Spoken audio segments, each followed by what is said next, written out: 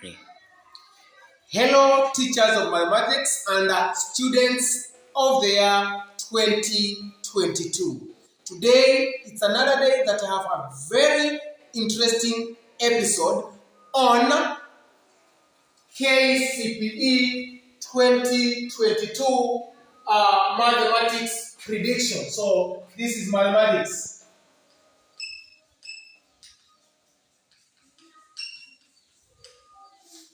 I have some very few questions that I feel they will be tested in this year. I have done a lot of research and I've just come up with very few questions on mathematics. Question number one, that it has got a probability of 99.9% that it will be tested this year is on properties of quadrilaterals. Properties.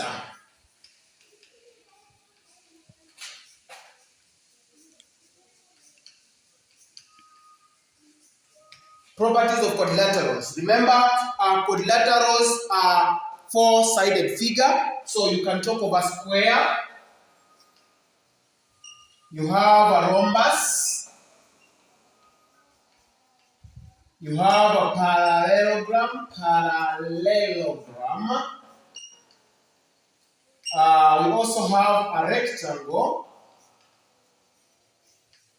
and lastly a trapezium. This is an area that has been tested year in, year out. And of course, I will not be very mean. I'll just give you some years that these questions have been tested. For example, in the year 2010, question number 19. In the year 2012, question number 31. In the year 2014, question number 17. In the year 2021, question number 43. I've just sampled some, but there are very, very many questions that this area has been tested. And therefore, student, pupil, if I be very specific, kindly ensure that these concepts are on your fingertips, because there is a very high chance of it being tested this year. And to be precise, kindly ensure you know the difference between a square and a rhombus as far as the properties is concerned, because that will always make students to be confused a bit. So kindly ensure you have the difference between a square and a rhombus. Question number 2 that will be probably tested this year is a direct and indirect proportion. Direct and indirect proportion.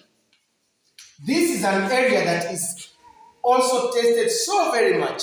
You know, examiners love asking these questions on direct and indirect proportion because students tend not to differentiate between direct and indirect proportion.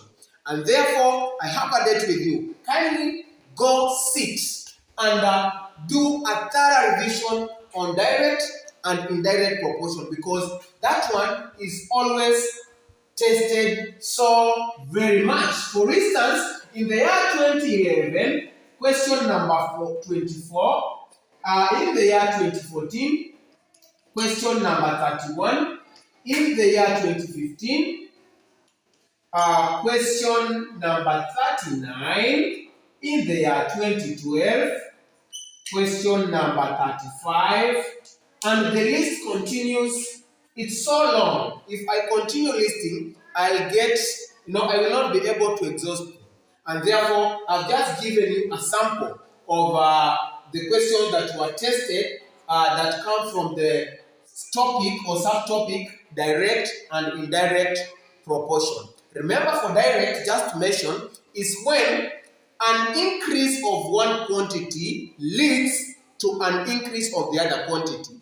And of course, a decrease of one quantity leads to the decrease of the other quantity. For example, if a pen costs 10 shillings, then 2 pens will cost 20 shillings. So if I increase the number of pens, automatically I will also increase the cost of the number of pens.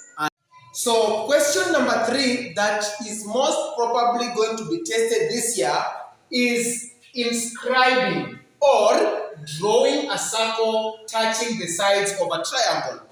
Over years, they have always been drawing circles touching the edges, touching the vertices of a triangle, or constructing perpendicular bisectors. And this area, they have not been testing it for about 4 years now. And therefore, I feel this year, this is an area that they will be testing. So, students, let's retool our tools. My fellow teachers, let's kindly ensure that we just remind our students on how to draw a circle touching the sides of a triangle. Because this question, this year, has got a very high probability of it being tested. Question number 4, or area number 4, that it will be tested this year. Remember, mine is a prediction, and I'm 90% sure that these areas will be tested. So I have solids and nets. Solids and nets.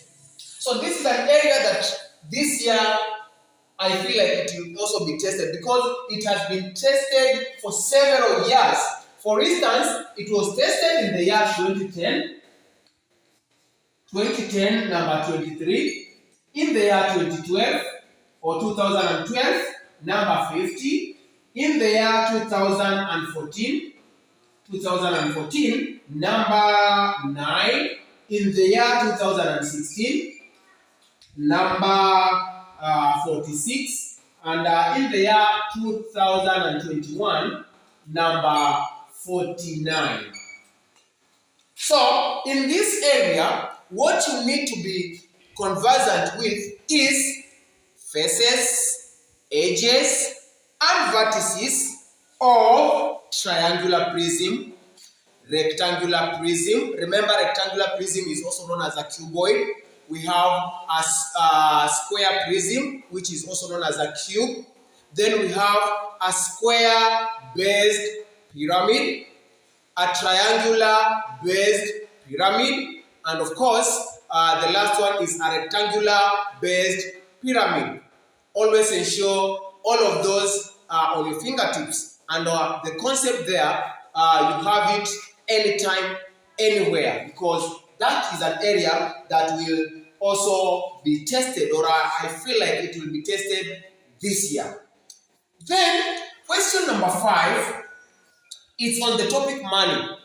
Remember this topic, examiners love to set the questions on discount, hire purchase, commission, profit, simple interest, and compound interest. But this year, discount is going to pick it because it has been tested year in, year out. Examiners of mathematics love this part. And therefore, please always ensure, my colleagues, fellow teachers, ensure your students are so well and they have the know-how, they have the knowledge and skills on how to tackle questions on discount. Why am I saying so? Because this topic or subtopic was tested in the year 2021, number 44, in the year 2014, number 42, in the year 2016, number 16, in the year 2010, number 15, in the year 2011, number 12, in the year 2012, number 46, in the year 2015, number 12. And the list is so long. And therefore, students, always ensure you are at par on that as far as a discount is concerned. Question number 6, and which is last but not the least, in my list today of prediction is a question on hire purchase. Hire purchase. This is also a question that comes from the topic money. They really love setting questions on hire purchase. And you know what? They don't just set a question straight on hire purchase, but instead they combine about 3 concepts on hire purchase. How do they do that? They'll give you the marked price of an item, then they tell you another person bought the same item on hire purchase, whereas person number 3 bought the same item, but you know what? He paid cash and therefore he was given a discount. And I want just to give you questions that were tested so that you can try and see what I'm trying to say here. For instance, in the year 2021, question number 29. In the year 2014, question number 14. In the year 2010, question number 31. In the year 2011, question number 45. In the year 2015, question number 16.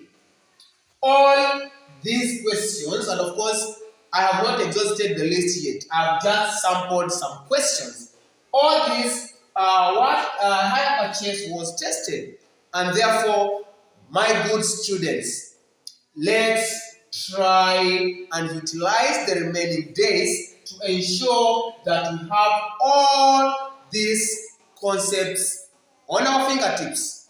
Before I say goodbye, there's something that I would like you guys to watch out or to be in the know, which is this.